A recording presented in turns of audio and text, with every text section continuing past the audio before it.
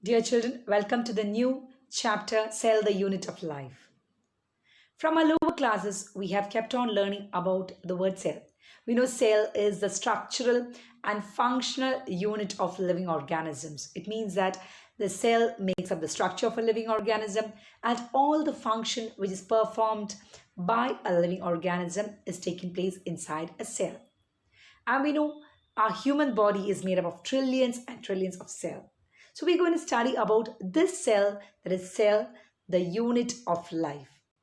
The study of cell is called as cytology. So let's learn all the concepts involved in cell. Cell is a fundamental, structural and functional unit of all living organisms, whether it is unicellular or multicellular. It is made up of cell, that is a structural, the fundamental and the functional unit in all living organisms is called as a cell. Now let us learn about the discovery of cell. The cell for the first time was discovered by Robert Hooke, and we have learned that he discovered it in the Koch cells, which is present in the bark of the tree. And later, Anton von Leeuwenhoek, he first observed and described a living cell. A live cell was described for the first time by Anton von Leeuwenhoek, whereas Robert Hooke discovered the cell in the Koch cell, and we know Koch cell is a dead cell. And Anton von Leeuwenhoek, he discovered the first live cell. The invention of the two types of microscope, that is the compound microscope and the electron microscope, revealed the structural details of the cell. It helped us to understand the structure of the cell. Now let us learn about the cell theory. The cell theory was formulated by Schleiden and Schwann. Schleiden and Schwann, M.G. Schleiden and Theodor Schwann, they proposed the cell theory. What was the contribution of the two different scientists? Malthus Schleiden observed that plants are composed of cells, and later Theodor Schwann in 1839 reported that the cells have an outer thin layer, and this outer thin layer is called as the plasma membrane. He also found that the plant cells have an additional layer which is called as the cell wall, and he proposed a hypothesis that animals and plants are composed of cells and the product of cells.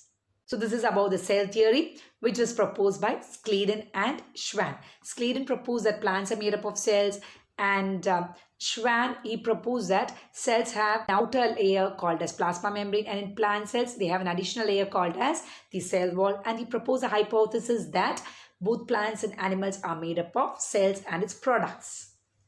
Now later, Rudolf Virchow in 1855, he explained that cells divided and new cells are formed from pre-existing cells, and it is named as omnis cellulae e cellulae. That means cells divide and new cells are obtained from pre-existing cells, and thus it was Rudolf Virchow, he modified the cell theory which was proposed by Schleiden and Schwann. And the statements of cell theory after the discovery of Rudolf Virchow is that all living organisms are made up of cells and the products of cells, and all cells arise from pre-existing cells. So this is the final cell theory after the discovery by Rudolf Virchow. An overview of cell.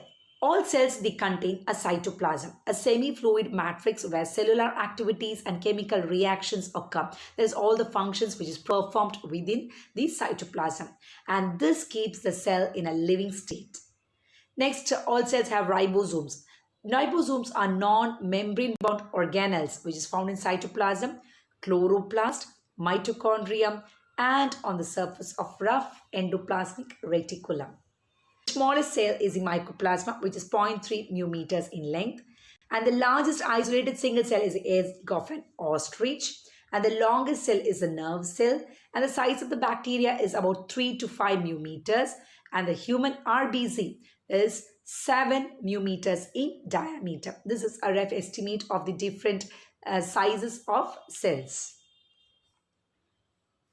Based on the functions, the shape of cells may be disc-like, polygonal, columnar, cuboid, thread-like, or irregular. So each cell, they are specialized to perform specific functions. So based on the functions they have to perform, they have different, or they take up different shapes, and the different shapes are disc-like, polygonal, columnar, cuboidal, thread-like, or they can be irregular. Now basically the cells are of two types, prokaryotic and eukaryotic. So we'll learn in detail about prokaryotic and eukaryotic cells in the following modules.